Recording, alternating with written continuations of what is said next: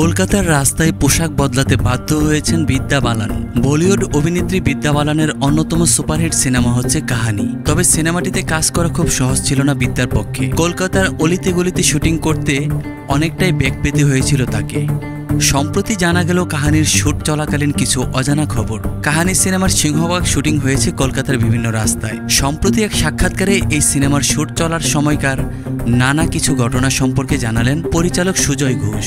পরিচালক হিসেবে সুজয় ঘোষের ক্যারিয়ারের প্রথম হিট সিনেমা ছিল কাহানি। স্বভাবতই এই সিনেমার বাজেট ছিল খুবই। একজন নতুন সাফল্যহীন পরিচালকের পেছনে টাকা ঢালতে তেমন কেউই রাজি ছিলেন না। আর সেই সময় নাকি তাকে সাহায্য করে বাঁচায় অভিনেত্রী বিদ্যা। সুজয়ের কথায়, আলাদিনের ব্যর্থতার পর বিদ্যা সহজেই কাহানিকে না বলতে পারত, কিন্তু আমি সেই প্রজন্মের অভিনেতাদের দেখেছি, স্যার অমিতাভ বচ্চন এমনকি শাহরুখ খান পর্যন্ত, তারা যদি কিছু করার প্রতিশ্রুতি দেন তবে তারা তা করবেই।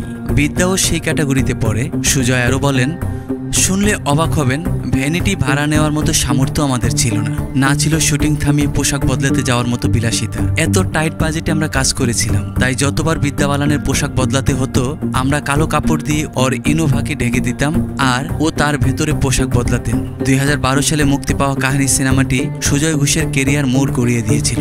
80 কোটি টাকা দিয়ে বানানো সেই সিনেমা 100 কোটির উপরে ব্যবসা করে। আর সেই সময় 100 কোটির ঘর পার করা যে কোনো সিনেমার কাছেই ছিল বিশাল ব্যাপার।